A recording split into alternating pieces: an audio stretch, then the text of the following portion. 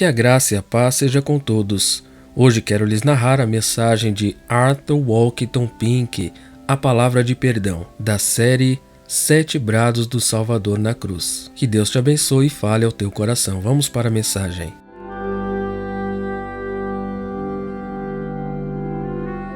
Lucas 23, 34. E dizia Jesus: Pai, perdoa-lhes, porque não sabem o que fazem. O homem havia feito o seu pior. Aquele por quem o mundo foi feito veio ao mundo, mas o mundo não o conheceu. O Senhor da Glória tinha tabernaculado entre os homens, mas não foi desejado. Os olhos que o pecado tinha cegado não viram nele nenhuma beleza alguma pela qual ele pudesse ser desejado. Em seu nascimento não havia nenhum quarto na hospedaria, o que prenunciava o tratamento que receberia das mãos dos homens. Pouco tempo após seu nascimento, Herodes procurou matá-lo, e isso sugeria a hostilidade que sua pessoa evocava e predizia a cruz como o clímax da inimizade do homem.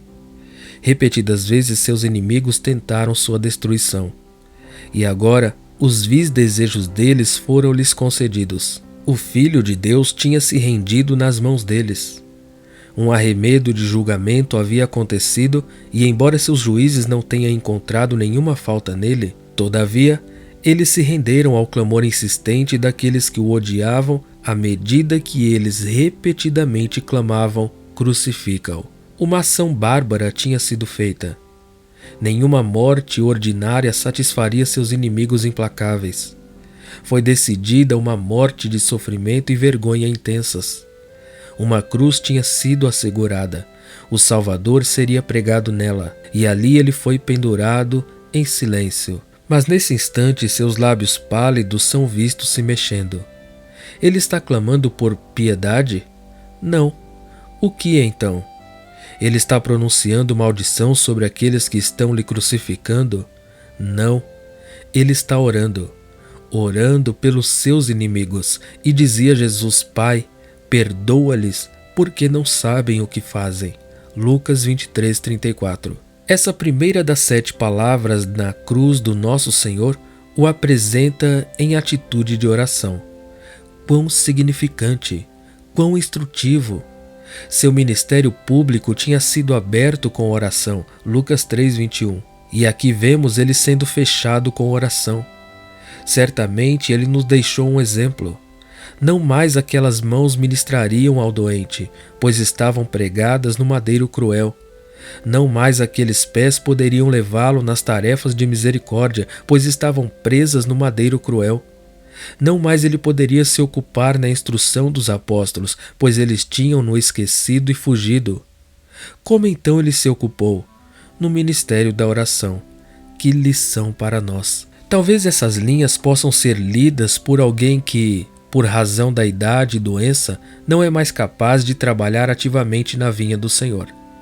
Possivelmente nos dias de outrora você era um professor, um pregador, um professor de escola dominical, um distribuidor de panfletos, mas agora você está de cama. Sim, mas você ainda está aqui na terra. Quem sabe Deus não está deixando você aqui mais uns poucos dias para te engajar no ministério da oração, e talvez realizar mais através disso que por todo o seu ministério passado ativo. Se você for tentado a depreciar tal ministério, lembre-se do seu Salvador. Ele orou por outros, orou por pecadores até mesmo em suas últimas horas. Ao orar por seus inimigos, Cristo não somente colocou diante de nós um exemplo perfeito de como devemos tratar aqueles que nos prejudicam e nos odeiam, mas ele também nos ensinou a nunca considerar algo como além do alcance da oração. Se Cristo orou por seus assassinos, então certamente temos encorajamento para orar agora pelo maior de todos os pecadores. Leitor cristão, nunca perca a esperança. Parece para você um desperdício de tempo continuar orando por aquele homem, por aquela mulher, por aquele seu filho obstinado? O caso deles parece se tornar mais sem esperança a cada dia. Parece como se eles estivessem além do alcance da misericórdia divina. Talvez alguém por quem você tem orado por tanto tempo foi enlaçado por uma das seitas satânicas de hoje, Ou ele pode ser agora um infiel declarado e desbragado, em resumo, um inimigo aberto de Cristo. Lembre-se então da cruz. Cristo orou por seus inimigos. Aprenda então a não olhar para nada como estando além do alcance da oração. Um outro pensamento concernente a essa oração de Cristo. Devemos mostrar aqui a eficácia da oração. Essa intercessão de Cristo na cruz por seus inimigos recebeu uma resposta marcada e definida. A resposta é vista na conversão das 3.000 almas no dia de Pentecoste. Eu baseio essa conclusão em Atos 3,17, onde o apóstolo Pedro diz: "E agora, irmãos, eu sei que o fizestes por ignorância, como também os vossos príncipes." Deve ser notado que Pedro usa a palavra ignorância, que corresponde ao "não sabem o que fazem" do nosso Senhor. Eis aí a explicação divina dos 3.000 conversos com um simples sermão. Não foi a eloquência de Pedro a causa, mas a oração do Senhor. E, leitor cristão, o mesmo é verdadeiro para nós. Cristo orou por você e por mim antes de crermos nele. Volte-se para João 17:20 para conferir. Eu não rogo somente por estes, os apóstolos, mas também por aqueles que pela sua palavra hão de crer em mim. João 17:20. Uma vez mais, beneficiemo-nos do exemplo perfeito. Façamos intercessão também pelos inimigos de Deus, e se orarmos com fé, também será eficaz para a salvação dos pecadores perdidos. Para ir diretamente ao nosso texto agora, e dizia Jesus: Pai, perdoa-lhes porque não sabem o que fazem. Primeiro, aqui vemos o cumprimento da palavra profética. Quanto Deus fez conhecido de antemão do que deveria suceder naquele dia dos dias. Que retrato completo o Espírito Santo fornece da paixão do nosso Senhor com todas as circunstâncias que a acompanharam. Entre outras coisas, foi predito que o Salvador deveria interceder pelos transgressores, Isaías 53:12. Isso não tem referência com o ministério presente de Cristo à direita de Deus. É verdade que ele pode também salvar perfeitamente os que por ele se chegam a Deus, vivendo sempre para interceder por eles, Hebreus 7:25. Mas isso fala do que ele está fazendo agora por aqueles que creem nele, enquanto Isaías 53:12 faz referência ao seu ato gracioso no momento da sua crucificação. Observe que sua intercessão pelos transgressores está conectada com "e foi contado com os transgressores", mas ele levou sobre si o pecado de muitos e fez intercessão pelos transgressores. Que Cristo deveria fazer intercessão pelos seus inimigos era um dos itens da maravilhosa profecia encontrada em Isaías 53. Esse capítulo nos diz pelo menos 10 coisas sobre a humilhação e o sofrimento do Redentor. Lá é declarado que ele deveria ser desprezado e rejeitado pelos homens, que deveria ser um homem de dores e que sabia o que era sofrer, que ele deveria ser ferido, moído e castigado, que deveria ser levado sem resistência ao matadouro, que deveria permanecer mudo perante os seus tosqueadores, que deveria não somente sofrer nas mãos de homens, mas também ser moído pelo Senhor, que deveria derramar sua alma na morte, que deveria ser enterrado na sepultura de um homem rico. E então foi adicionado que deveria ser contado com os transgressores. E finalmente, que deveria fazer intercessão por esses. Aqui então estava a profecia: "E fez intercessão pelos transgressores." Houve o cumprimento dela. Pai, perdoa-lhes porque não sabem o que fazem. Ele pensou nos seus assassinos. Ele implorou por aqueles que lhe crucificaram. E ele fez intercessão pelo perdão deles. E dizia Jesus: Pai, perdoa-lhes porque não sabem o que fazem. Segundo, aqui vemos Cristo identificado com seu povo.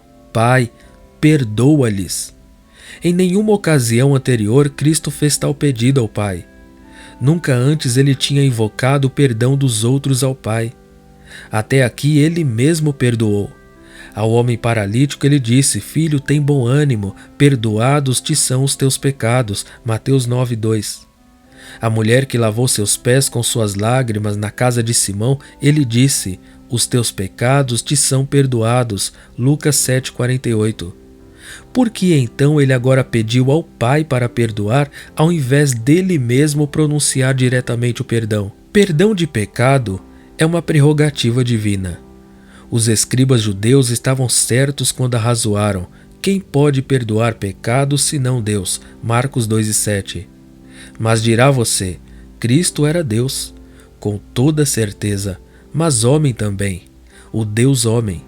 Ele era o Filho de Deus que tinha se tornado filho do homem com o expresso propósito de oferecer a si mesmo como sacrifício pelo pecado. E quando o Senhor Jesus clamou: Pai, perdoa-lhes, ele estava sobre a cruz, e ali ele não poderia exercer suas prerrogativas divinas. Repare cuidadosamente suas palavras e então contemple a exatidão maravilhosa da Escritura. Ele tinha dito: o Filho do Homem tem na terra autoridade para perdoar pecados. Mateus 9,6. Mas ele não estava mais sobre a terra. Ele tinha sido levantado da terra. João 12,32. Além do mais, na cruz ele estava agindo como nosso substituto. O justo estava para morrer pelos injustos. Por conseguinte, ao ser suspenso como nosso representante, ele não estava mais no lugar de autoridade onde poderia exercer suas prerrogativas divinas, e, portanto, toma a posição de um suplicante perante o Pai. Assim, dizemos que quando o bendito Senhor Jesus clamou: Pai, perdoa-lhes, o vemos absolutamente identificado com o seu povo. Não estava mais na posição de autoridade sobre a terra, onde ele tinha o poder ou o direito de perdoar pecados. Ao invés disso, ele intercede pelos pecadores, como nós devemos fazer. E dizia-lhes Jesus: Pai, perdoa-lhes porque não sabem o que fazem.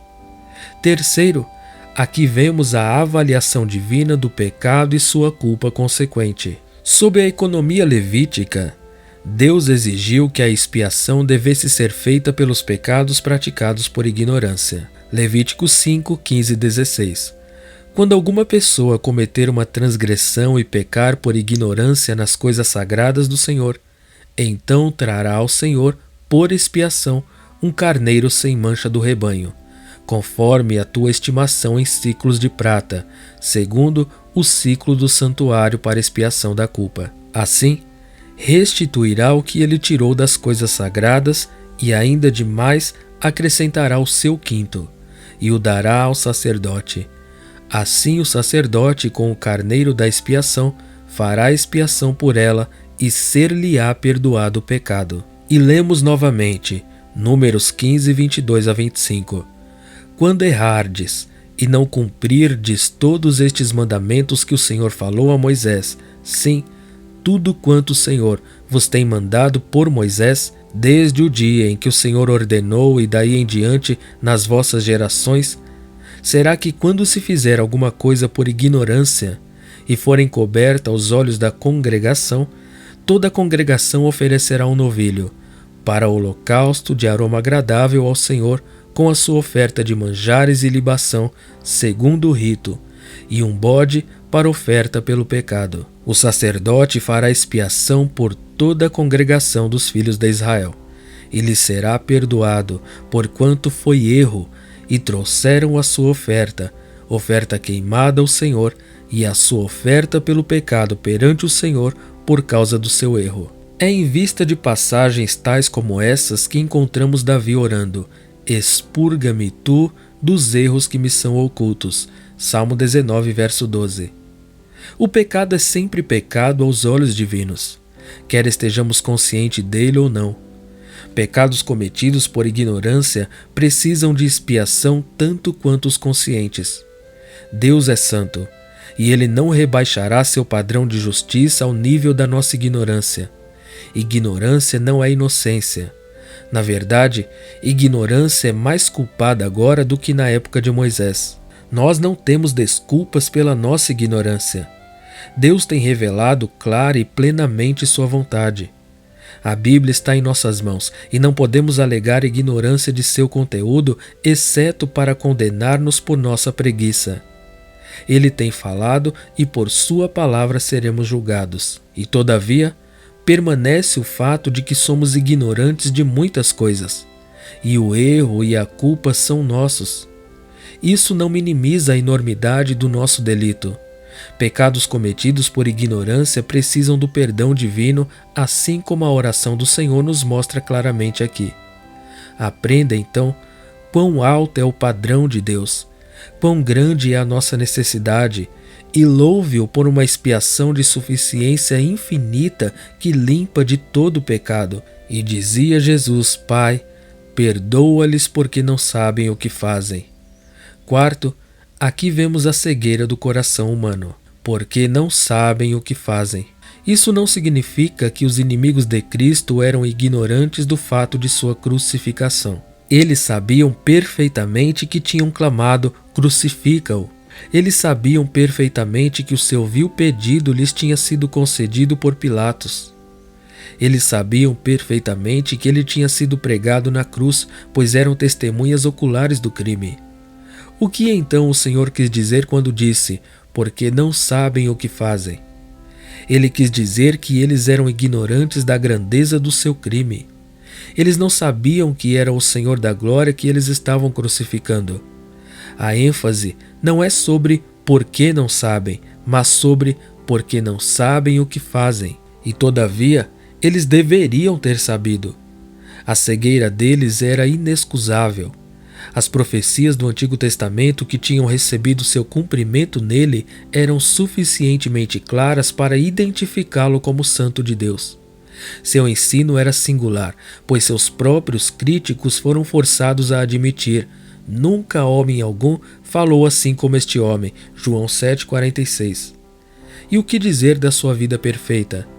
Ele viveu diante dos homens uma vida que nunca tinha sido vivida sobre a terra antes. Ele não agradava a si mesmo. Ele se ocupava de fazer o bem. Ele estava sempre à disposição dos outros. Não havia egoísmo nele. Sua vida foi de autossacrifício do princípio ao fim. Sua vida foi sempre vivida para a glória de Deus. Sobre sua vida estava estampada a aprovação do céu, pois a voz do Pai testificou audivelmente: este é o meu Filho amado, em quem me comprazo. Não havia escusa alguma para a ignorância deles. Isso apenas demonstrava a cegueira dos seus corações. A rejeição do Filho de Deus por parte deles trouxe pleno testemunho, de uma vez por todas, de que a mente carnal é inimizade contra Deus, conforme Romanos 8,7. Quão triste é pensar que essa terrível tragédia ainda está sendo repetida. Pecador, você faz pouca ideia do que está fazendo ao negligenciar a grande salvação de Deus. Você faz pouca ideia de quão terrível é o pecado de menosprezar o Cristo de Deus e repelir os convites de sua misericórdia. Você faz pouca ideia da profunda culpa que está unida ao seu ato de recusar receber o único que pode te salvar dos seus pecados. Você faz pouca ideia de quão medonho é o crime de dizer: não queremos que este reine sobre nós. Você faz pouca ideia do que faz. Você considera esta questão vital com indiferença total. A questão se apresenta hoje da mesma forma como dantes: que farei então de Jesus chamado Cristo? Pois você tem que fazer algo com ele. Ou o despreza e rejeita, ou o recebe como Salvador de sua alma e o Senhor da sua vida. Mas, digo novamente, isso lhe parece um assunto de diminuta urgência, de pequena importância. Por anos, você tem resistido aos esforços do seu espírito. Por anos você tem posto de lado essa importantíssima consideração. Por anos você tem endurecido seu coração contra ele, tampado seus ouvidos aos seus apelos e fechado seus olhos à sua excelsa beleza. Ah, você não sabe o que faz. Você está cego em sua loucura, cego para o seu terrível pecado. Todavia você não está sem escusa. Você pode ser salvo agora se quiser. Crê no Senhor Jesus Cristo e tu serás salvo. Ó, venha ao Salvador agora e diga com alguém de outrora: Mestre, que eu tenha vista.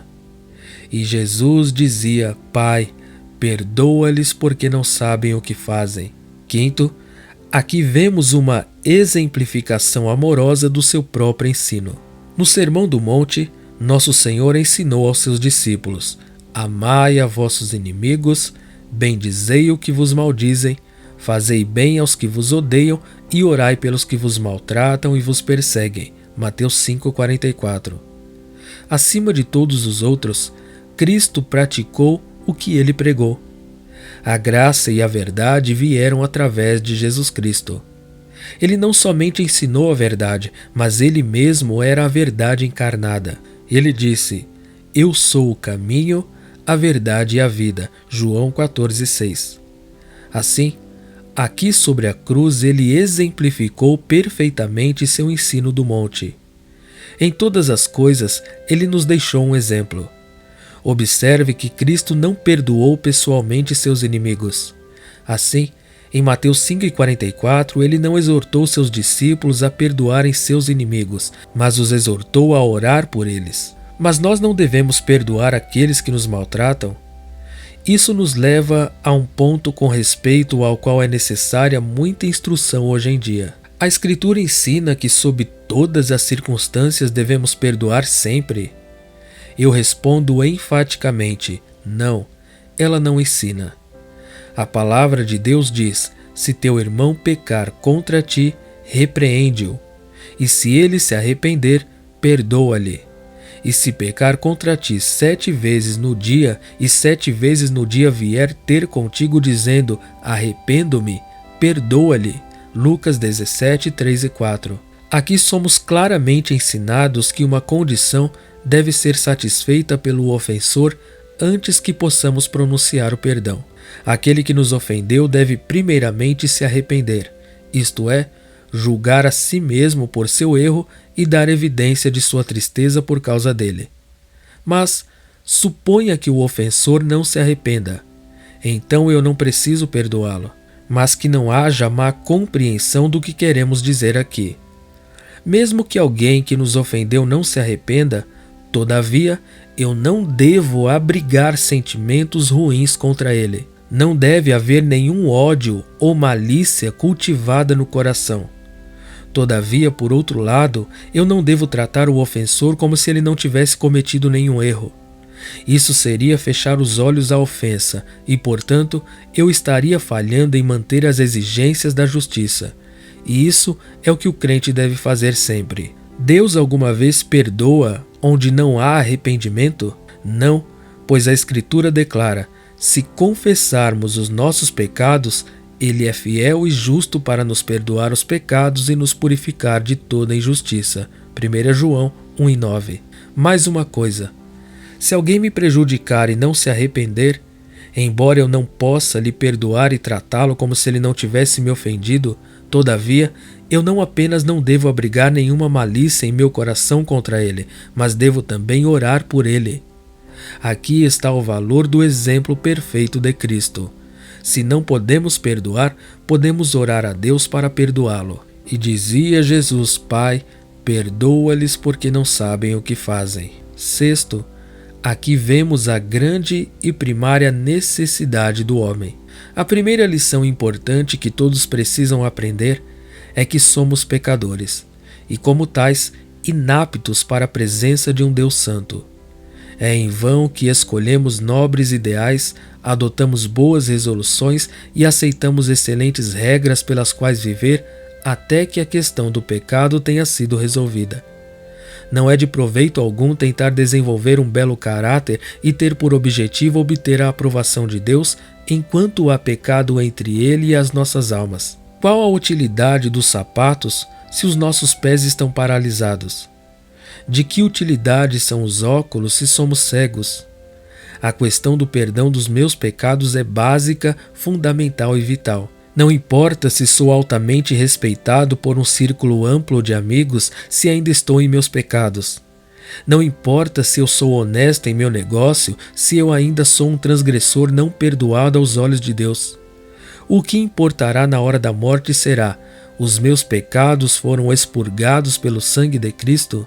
A segunda lição importantíssima que precisamos aprender é como o perdão dos pecados pode ser obtido. Qual é o fundamento sobre o qual um Deus Santo perdoará pecados?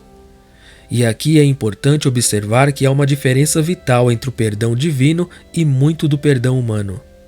Como regra geral, o perdão humano é uma questão de complacência, frequentemente de frouxidão. Queremos dizer que o perdão é mostrado à custa da justiça e da retidão. Na corte humana da lei, o juiz tem que escolher entre duas alternativas. Quando se prova que alguém no banco dos réus é culpado, o juiz deve aplicar a penalidade da lei ou deve negligenciar os requerimentos da lei. Uma é justiça, a outra é misericórdia. A única forma possível na qual o juiz pode tanto aplicar os requerimentos da lei e ainda mostrar misericórdia ao ofensor é uma terceira parte oferecer sofrer em sua própria pessoa a penalidade que o condenado merece. Assim aconteceu no conselho divino. Deus não exerceria misericórdia à custa da justiça. Ele, como juiz de toda a terra, não colocaria de lado as demandas da sua santa lei. Todavia, Deus mostraria misericórdia. Como? Através de um que satisfaria plenamente sua lei violada. Por intermédio de seu próprio Filho, tomando o lugar de todos aqueles que creem nele e carregando seus pecados em seu próprio corpo no madeiro. Deus poderia ser justo e ainda misericordioso, misericordioso e ainda justo. Foi assim para que a graça reinasse pela justiça. Um fundamento justo tinha sido fornecido sobre o qual Deus poderia ser justo e ainda o justificador de todo aquele que crê. Por conseguinte, somos informados, Lucas 24, 46, 47, e disse-lhes, ainda está escrito, e assim convinha que o Cristo padecesse e ao terceiro dia ressuscitasse dos mortos. E em seu nome se pregasse o arrependimento e a remissão dos pecados em todas as nações, começando por Jerusalém. Atos 13, 38 e 39. Seja-vos, pois, notório, varões e irmãos, que por este se vos anuncia a remissão dos pecados. E de tudo que pela lei de Moisés não pudeste ser justificados, por ele é justificado todo aquele que crê. Foi em virtude do sangue que ele estava derramando que o Salvador clamou, Pai, perdoa-lhes. Foi em virtude do sacrifício expiatório que ele estava oferecendo que pôde ser dito que, sem derramamento de sangue, não há remissão. Ao orar pelo perdão dos seus inimigos, Cristo foi diretamente na raiz da necessidade deles. E a necessidade deles é a necessidade de todo filho de Adão. Leitor, você tem os seus pecados perdoados, isto é, remidos ou levados embora? Você é pela graça um daqueles de quem é dito, em quem temos a redenção pelo seu sangue, a saber, a remissão dos pecados, Colossenses 1:14. Então disse Jesus, Pai, perdoa-lhes porque não sabem o que fazem. Sétimo, aqui vemos o triunfo do amor redentor. Note atentamente a palavra com a qual nosso texto começa, então. O versículo que imediatamente o precede é lido assim: E quando chegaram ao lugar chamado a Caveira, ali o crucificaram e os malfeitores, um à direita e o outro à esquerda. Então disse Jesus, Pai, perdoa-lhes. Então, quando o homem tinha feito o seu pior, então, quando a vileza do coração humano foi demonstrada em maldade diabólica e climatérica, então, quando com mãos ímpias a criatura ousou crucificar o Senhor da glória, ele poderia ter expressado maldições terríveis sobre eles. Ele poderia ter lançado os raios da justa ira e os matado. Ele poderia ter feito a terra abrir a sua boca de forma que eles caíssem vivos no abismo. Mas não. Embora sujeito a vergonha indizível, embora sofrendo dor excruciante, embora desprezado, rejeitado, odiado, todavia ele clamou, Pai, perdoa-lhes. Esse era o triunfo do amor redentor. O amor é paciente, é benigno, tudo sofre, tudo suporta, 1 Coríntios 13. Assim foi demonstrado na cruz. Quando Sansão chegou na hora da sua morte, Ele usou a grande força do seu corpo para abarcar a destruição de seus antagonistas. Mas aquele que era perfeito exibiu a força de seu amor orando pelo perdão dos seus inimigos. Graça inigualável. Inigualável, dizemos, pois nem mesmo Estevão conseguiu seguir plenamente o exemplo bendito dado pelo Salvador. Se o leitor se voltar para Atos 7, descobrirá que o primeiro pensamento de Estevão foi sobre si mesmo e depois foi que orou pelos seus inimigos. E apedrejaram a Estevão, que em invocação dizia: Senhor Jesus, recebe o meu espírito. E pondo-se de joelhos, clamou com grande voz: Senhor, não lhes imputes este pecado. E tendo dito isto, adormeceu. Atos 7, 59 e 60. Mas com Cristo a ordem foi inversa. Ele orou primeiro pelos seus adversários e no final por si mesmo. Em todas as coisas ele tem a preeminência. E agora, concluindo com uma palavra de aplicação e exortação, se esse capítulo estiver sendo lido por uma pessoa não salva, pedir-lhe-emos seriamente ponderar bem a próxima sentença. Quão terrível deve ser se opor a Cristo e a sua verdade conscientemente. Aqueles que crucificaram o Salvador não sabiam o que estavam fazendo. Mas, meu leitor, há um sentido muito real e solene no qual isso é verdade com respeito a você também. Você sabe que deve receber a Cristo como seu Salvador, que deve coroá-lo como Senhor de sua vida, que deve tornar a sua primeira e última preocupação agradá-lo e glorificá-lo. Fique então avisado, seu perigo é grande. Se você deliberadamente dá as costas a ele, dá as costas ao único que pode salvá-lo dos seus pecados, e está escrito: porque se pecarmos voluntariamente, depois de termos recebido o conhecimento da verdade, já não mais resta sacrifício pelos pecados, mas uma certa expectação horrível de juízo e ardor de fogo que há de devorar os adversários. Hebreus 10, 26, 27. Resta-nos apenas adicionar uma palavra sobre a bendita inteireza do perdão divino. Muitos dentre o povo de Deus ficam intranquilos e perturbados sobre este ponto. Eles entendem como é que todos os pecados que cometeram antes de receberem a Cristo como seu Salvador foram perdoados, mas a miúde não estão livres de dúvidas com respeito aos pecados que cometem após terem nascido de novo. Muitos supõem que é possível para eles pecar de uma forma que lhes coloque além do perdão que Deus lhes concedeu. Supõem que o sangue de Cristo trata somente com o passado deles e que até onde diz respeito ao presente e ao futuro, eles têm que se cuidar por si mesmos. Mas de que valor seria um perdão que pode ser tirado de mim a qualquer momento? Certamente não pode haver nenhuma paz estabelecida quando minha aceitação para com Deus e a minha ida ao céu é feita dependente do meu agarrar-se a Cristo ou da minha obediência e fidelidade. Bendito seja Deus! O perdão que Ele concede cobre todos os pecados, passados, presentes e futuros. Amigo crente, Cristo não carregou seus pecados em seu próprio corpo no madeiro? E os seus pecados não eram todos futuros quando Ele morreu? Certamente, pois naquele tempo você não tinha nascido e não tinha cometido nenhum pecado sequer. Muito bem, então. Cristo verdadeiramente levou os seus pecados futuros tanto quanto os seus pecados passados. O que a palavra de Deus ensina é que a alma incrédula é tirada do lugar sem perdão para onde esse está ligado. Os cristãos são um povo perdoado. Diz o Espírito Santo: bem-aventurado o homem a quem o Senhor não imputa o pecado. Romanos 4:8. O crente está em Cristo, e ali o pecado nunca nos será imputado novamente. Esse é o nosso lugar ou posição diante de Deus. Em Cristo é onde Ele nos contempla.